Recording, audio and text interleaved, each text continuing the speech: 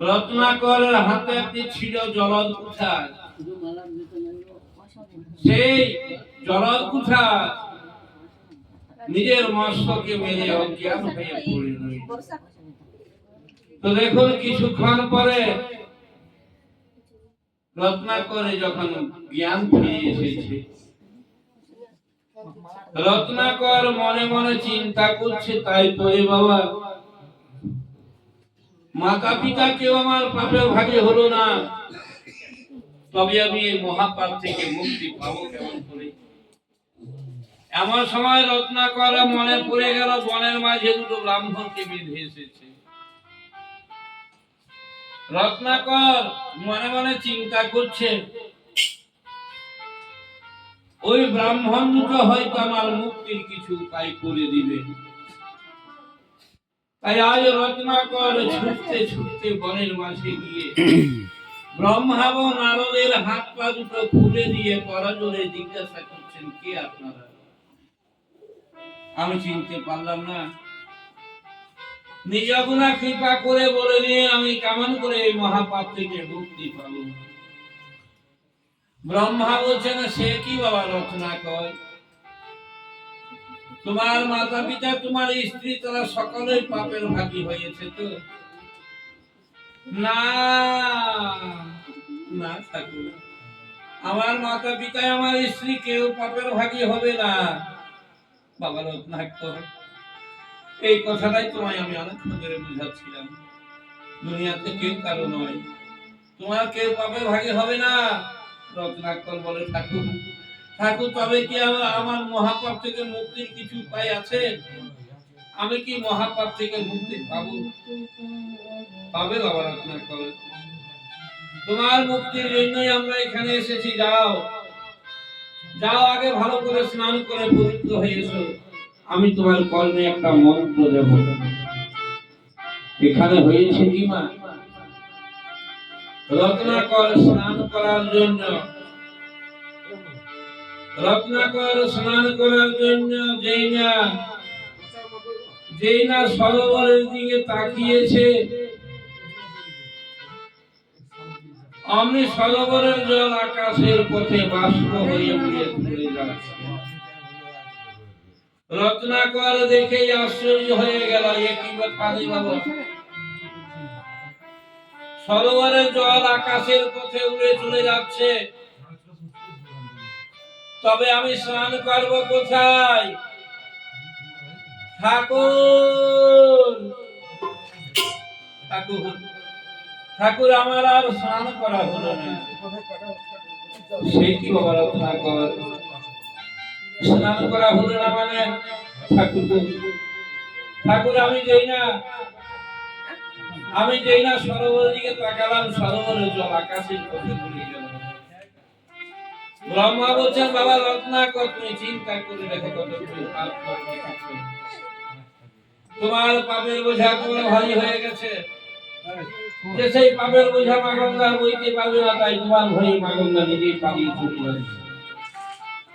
রত্নাকর, তুমি চিন্তা করে দেখো কত তুমি পাপ করে রেখেছো। রত্নাকর বলে, ঠাকুর ঠাকুর, তবে কি আর আমার মুক্তি হবে না? আমি কি আর মুক্তি পাবো না? পাবে বাবা রত্নাকর, এই আমার কুমণ্ডলের জল আমি তোমার মস্তকে দিয়ে তোমায় পবিত্র করলাম। এই কুমণ্ডলের জল আমি তোমার মস্তকে দিয়ে তোমায় পবিত্র করলাম। এখন এখন মুখে বলো, বলো রত্নাকর। না না বললে হবে না। কি কি বলবো ঠাকুর, কি বলবে? বলো রাম, বলো রাম, বলো রাম, বলো রাম, বলো রাম, বলো রাম, রাম বলো রাম। এই মন ভুলা রাম, রাম রাম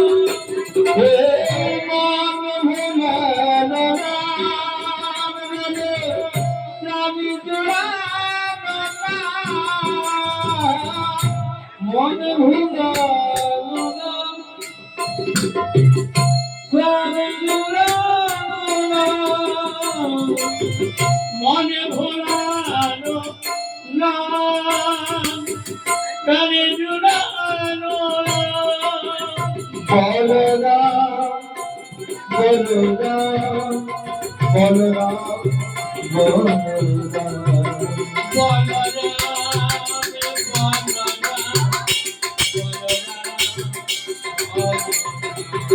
বলো রাম রাম রাম বলো রাম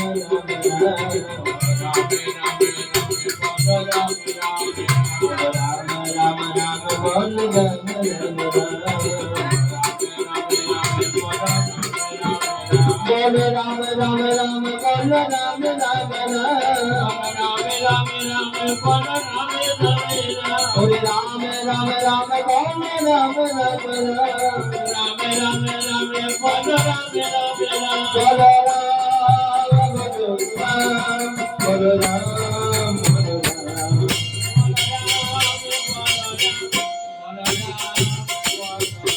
বলো রাম না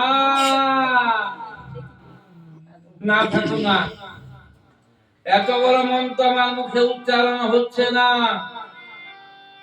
ব্রহ্মা বলছেন সে কি বাবা রত্নাকর, এই দুই অক্ষরের নাম রয়াকার মরাম, তাও তোমার মুখে উচ্চারণ হয় না। আহা, রত্নাকর তুমি এবার চিন্তা করে দেখো কত তুমি পাপ করে রেখেছ, তোমার মুখে রাম নাম উচ্চারণ হচ্ছে না।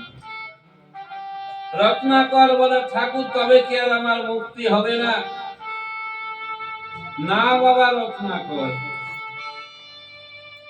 রাম নাম না করলে, রাম নাম না বললে তোমার মুক্তি হবে না। রত্নাকর বলে ঠাকুর আমার জীব হয়ে যাচ্ছে, এত বড় মন্ত্র মুখে উচ্চারণ হচ্ছে না। ব্রহ্মা বলছেন বাবা রত্নাকর, ছলে বলে কৌশলে তোমায় রাম নামটা বলতেই হবে। ওই দেখো একটা গাছের ডাল ভেঙে আছে, বলো ওই গাছের ডালটা কি ডাল? ঠাকুর ঠাকুর ওটা একটা মরা ডাল, ডালটা ভেঙে মরে গেছে। হ্যাঁ হ্যাঁ রত্নাকর তুমি ঠিক বলেছো, ওইটা একটা মরা ডাল। তো শোনো রত্নাকর, রামের উল্টো শব্দ হচ্ছে এই মরা শব্দটা। যেমন রয়াকার রাম, এই শব্দটা যদি পাল্টে দেওয়া হয় কি হবে? মরয়াকার মরা। ও বাবা রত্নাকর, তুমি এই মরা মরা মন্ত্রটাই জপ করো, এই মরা থেকে হবে রামের সৃষ্টি, এই মরা থেকে হবে তোমার মহাপাপ থেকে পরিত্রাণ। মহাদস্যু রত্নাকর বনের মাঝে এক জায়গায় বসে বসে আয় মরা মরা মরা মরা মন্ত্রটাকে জপ করে যাচ্ছে। ও রত্নাকর